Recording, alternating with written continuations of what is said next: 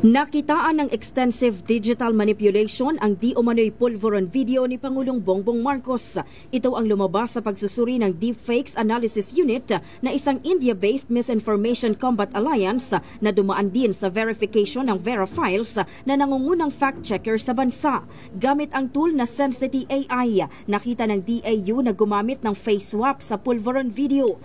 Maliwanag! Gumamit ng face swap sa tinatawag nilang pulveron video. Balik natin kaunti balik natin para klaro. Gumamit ng face swap maliwanag bansa gamit ang tool na wait lang. Nangungunang fact-checker sa bansa. Gamit ang tool na Sensity AI, nakita ng DAU na gumamit ng face swap sa pulveron video. Ginamitan rin ito ng ibang tool na Hive. Magkaiba Magkaiba po yung dyan, yung mukha ni PBBM. So, face swap. Tapos ngayon, itong tangang maharlika na to, ibibigay daw po yung video doon kay Donald Trump. Gagamitin nila si Donald Trump para sa pansarili nilang interest, para sa pansarili nilang paninira. Gagamitin nila si Donald Trump. Sila ngayon naninira o gagamitin nila si Donald Trump. 'Di ba? Tanga ba si Donald Trump para patulan kayo? Anong ko lang? Tanga ba si Donald Trump? Alam nyo, napakatalinong tao ni Donald Trump. Hindi yan pumapatol sa mga adik na katulad nyo. Kasi si Donald Trump ay galit sa mga drug user. Sa mga adik. Katulad ni Digong, adik ito, maninipa pa daw ito si Digong mahirapan na nga tumayo, maninipa ka pa. Baka mamaya magalit yung uod sa'yo, yung isang uod ba? Bigla kang pirmahan. Aba, delikado yan pag bigla kang pinirmahan, Digong. Kailangan maging ka-close mo yung isang uod. Isa na lang yung pipirma sa'yo. Dadalhin daw kay Donald Trump, sa mga malalapit kay Donald Trump, ipapakita daw yung video. Dito pa lang sa binigyan natin ng reaction ngayon, fake na. At ako, may alam din ako na itong video na to, matagal na po itong plano. Papatalsikin nila si PBBM, ipapa-impeach nila. Plano na po nila yan, na hindi alam ng mga Pilipino. Diba? Akala nila mauuto yung mga Pilipino. Akala nila mauuto nila lahat. Nasa mundo na tayo ng social media ngayon. Huwag nang tatanga-tanga. Ulitin ko sa mga bagong pasok po. Ito, para klaro sa mga bagong pasok, ito para sa inyo to. Nakitaan ng extensive digital manipulation ang di umano'y pulveron video ni Pangulong Bongbong Marcos. Ito ang lumabas sa pagsusuri ng Deepfakes Analysis Unit na isang India-based Misinformation Combat Alliance na dumaan din sa verification ng Verifiles na nangungunang fact-checker sa bansa. Gamit ang tool na Sensity AI, nakita ng DAU na gumamit ng face swap sa pulveron video. Gumamit ng face swap? Naku, kaya pala nagtatago si Rookie. Si Rookie kasi ang isa sa may pakana dito. Dagdagan mo pa ni Maharlika, dagdagan mo pa ng mga dutae. Sila po yan, plano nila yan. Para maging presidente ko, ng Pilipinas, ay yung no comment. Diba? Yun. Tapos ngayon, di umubra yung plano nila. Balita ko daw sila, people power sila kahapon. Ilan lang kayo? 31 piraso?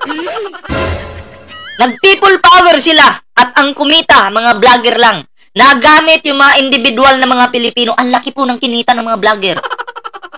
Balita ko kahapon, 100,000 kada ulo. Pumunta lang doon, mag-video-video lang sila doon. 100K kada ulo. Pinakamababa yun. Tapos maraming mga uto-utong kapwa mga dutae na bumibilib. People power nyo, 31 piraso lang kayo. KO! Ayari. Kung tumalo na lang sana kayo dun sa tulay. Diba? Mas mag-viral pa yung mga content ninyo. Ibabalita doon, may tangang vlogger ng DD Shits na tumalon sa tulay. O di, iba-vlog na, iko-content din namin yun. O di magba-viral kayo. Putang inang mga yan. Tingnan nyo nga, nilalangaw kayo doon. Ilang piraso lang? 31! Halos mga vlogger po lahat. Tapos eto pa, may budget. Pinaghati-hatian nila. Sana all. Saan kayo galing yung mga pera na yan? Yung mga pinaghati-hatian ng mga tangang vlogger na to? Sino kaya na yung kanilang amo? Sino kaya yung kanilang vice president? Sino kaya yung mahilig mamigay ng sobre na may lamang pera? Hulaan nyo nga dyan sa comment. Hulaan nyo nga. Sige, sino nga yun? Sino kaya? Alam nyo, kahit anong gawin nyo dyan, hindi nauubra yung ganyan. Kasi gusto nilang gawin, igaya si Pangulong Bongbong Marcos kay Marcos Sr. noon. Kayo boy, para may ipakain sa pamilya, huwag ka mag-alala, Noel. Ako marami akong pera. Marami. Kami nga, hirap na nga kami. 10 beses kumakain sa isang araw. Nahihirapan na nga kami. Ikaw, putang ina mo. Nagpakantot na lang yung anak mong babae. Noel TV. Bakit? Dahil wala nang mapalamon ang tatay na katulad mo sa anak mong tarantado. Doon na lang kay Kibulok magpakantot. Mahal yung bayad doon. Putang ina ng puki ng anak mong hayop ka. Ha? Gago. At least kami problemado. Paano maubos yung 10 kain sa isang araw? May pambili. Wala kang magagawa. May pambili kami. Ano magagawa mo? May pambili kami. Mamaya nga, mag-ano ako ng pulutan mamaya. Masarap na pulutan. Sabayan natin ng alak 5 o alak 6, alak 7.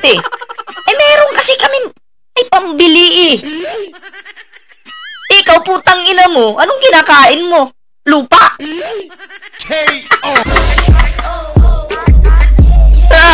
Ano na mga didishes na kupal? Mga bubo. Nanggigigil kayo ngayon dahil sampal na naman sa inyo dahil mga hampas lupa lang kayo. Diba? Alam nyo, dito sa amin, pag pumunta ka dito, kaya kitang pakainin ng 10 beses sa isang araw, ubusin mo lang. Lalo na't basher ka, pag di mo inubos, gilitan kita sa liig. Bawiin ko yung mga kinain mo. Puking ina mo ka. Ay, nako. Ito na, tuloy na natin to. Nagigigil na sila nagsisimula pa lang tayo, gigil na kayo. Na nangungunang fact-checker sa bansa gamit ang tool na Sensity AI. Nakita ng DAU na gumamit ng face swap sa Pulveron video. Face swap Steve, shoutout Nakita rin ito ng ibang tool na Hive at nakitang meron itong multiple points of manipulation sa runtime ng video. Multiple points of manipulation. Ako kasi hindi naman ako editor hindi ko kabisado yung mga ganyang klase, paano mag-face swap. No? Pero itong mga ano na to, sumuri sa video, sila po yung mga eksperto pagdating dyan. Eksperto po sila. Salamat po sa 294 thumbs up natin dyan. Huwag kalimutang mag-like. Huwag po kayong mahiyang mag-like. Libre po yan. Saan nag-overlapped ang no deepfake at deepfake manipulation. Ayon kay Presidential Communications Office Acting Secretary Cesar Chavez, pinatunayan ng mga pagsusuri na walang katotohanan ang ipinakalat na malisyosong video ng mga individual na balak raw siraan ng Pangulo at dungisan ang kanyang pagkatao. Walang katotohanan. Tama po yan. At syempre, sinuri na yung video Diba? Sinuri na yung video. Kung pwede nga lang magamit yung lie detector test sa mga ganitong usapin, dapat, kaso sa batas, hindi nagagamit yan para lang sana sa sa in public ba, makita ng mga Pilipino kung sino yung nagsasabi ng totoo. Diba? Para lang sana ganun. Sabi ni Rapi Tulpo, ano ba itong mga nanggagamit ng pangalan dito? Sabi nila dito, 50k, 200k yata ang kita ni Ballpoint, kaya kayang-kayang palamunin Sana all 50k to 100k. Mapasana all na lang tayo. Hindi ko na sasabihin. Sa ano lang naman, 1,000. 1,000 isang buwan. 1,000 isang buwan yung kinikita ko. Siyempre, sa YouTube, may kikitain ka naman dyan. Oo, nag-YouTube ka pa kung wala kang kikitain. Kasi yung mga ads na lumalabas dyan sa inyong mga cellphone, inyong mga computer, dyan po kami binabayaran. So, bayaran kami ni YouTube. O, diba? Ganun yun. Hindi kami bayaran ng politiko. Di katulad dyan sa kabila. Halos lahat bayad. Matt Molina, shoutout Maalalang una ng pinasinungalingan ng Philippine National Police at ng National Bureau of Investigation ang authenticity ng video kung saan ang facial image ng lalaking nasa pulveron video ay hindi nagmatch sa facial feature ni Pangulong Bongbong Marcos. Hindi nagmatch. Oy, Helena Bisedas, salamat po sa yung sa yung pakulay sa ating live ngayon. Maraming salamat po. Hindi nagmatch. Fake nga naman. Oo, alam nyo, explain ko lang sa inyo. Sa politika kasi, lalong-lalo na pag nakababa ka na sa kapangyarihan at gusto mong makabalik, sabik na sabik kang makabalik sa kapangyarihan dahil natikman mo yung sarap noon nung nandun ka pa sa pinakatuktok, ang gagawin mo, maninira ka. Magbabayad ka. Dahil atat kang makabalik. Maninira ka, magbabayad ka, lahat gagawin mo. Pakalat ka ng mga fake video dyan, mga fake pulburon video para lang makabalik ka. Ganun yun. Kasi atat kang makabalik sa kapangyarihan. Diba? Yan po ang gawain ng mga may inggit sa katawan. Nainggit nauhaw sa kapangyarihan. Di, bayad, congrats Brad, pero magkano nga? Depende po yan sa mga views namin. Hindi naman po stable yung mga kinikita namin dito sa YouTube, depende sa views. Kung mataas yung views mo, mataas yung kita. Pag wala ka namang views, wala ka rin kita. Meron man, sakto lang. Diba? Uy, wag kayong maingay nag-topic tayo ng syuktong dito. Nandito si Commander. Ay daw, sabi ni Mama Maribel Gallardes, Hello po, ma'am. Mamaya ka lang off cam. Babanatan kita. Nalabnat mo ko, Wala tayong magawa dito ngayon. Sa off cam na ako banatan ko ito mamaya sa off cam.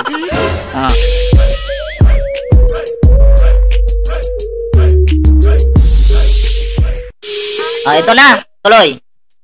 In the heart of changing lives, ito si Brigada Maricar Sargado. Sa totoo lang ang pera, pag marami kang pera, ito sasabihin ko sa inyo, pag marami kang hawak ng pera, nandyan yung talaga, yung kademonyuhan. Lalo na pag walang nag-guide sa'yo, tapos marami kang pera, lahat ng kademonyuhan may iisip mo. Halimbawa, ipatumba mo ito itong tao na to. Kaya mong gawin yan. Basic. Unang-una, anong tawag dun? Kademonyuhan na po yung tawag dun. Kaya okay na yung mga tao na sakto lang yung hawak nilang pera kasi hindi sila ng demonyo, 'di ba? Nako, ewan ko naranasan niyo yan. Pero tuloy na tayo. Ng 105.1 Brigada News sa Manila, The Music News Authority. So yun. Maharlika. Bukas yung duelo, mamaya pag-uusapan natin yan. Next topic natin ngayon. Mamaya, next topic natin ngayon yung duelo na yan. So yun na yun, 'di ba? Itong pulburon video nila, ipapasa daw po kay Donald Trump. Sige lang, ipasa nyo. Dumikit kayo kay Donald Trump, sumipsip kayo. Akala ko ba kaya nyo? Bakit kailangan nyo pang sumipsip? Diba? Kailangan pa ba yun? Di ba malakas kayo? Akala ko malakas malakas tong mga to. Tapos ngayon, ang purpose nila, gagamitin nila si Donald Trump. Papakita yung faking video. Oh. Para si Donald Trump, tulungan ko no sila. Napababain si PBBM at yung bubong Vice yung papalit. KO! Grabe ano? Kakahiya. Biginilda Nanka, shoutout po, magandang hapon po. So yan, no? At tingnan natin kasi wala na eh. Wala na yung mga alas nila eh. Yung pulburon video na yan, laos na yan eh. Binuhay na naman nila. Ngayon binuhay nila to, sila pa yung napahiya. Diba? Sus Mariusip. So yan lang.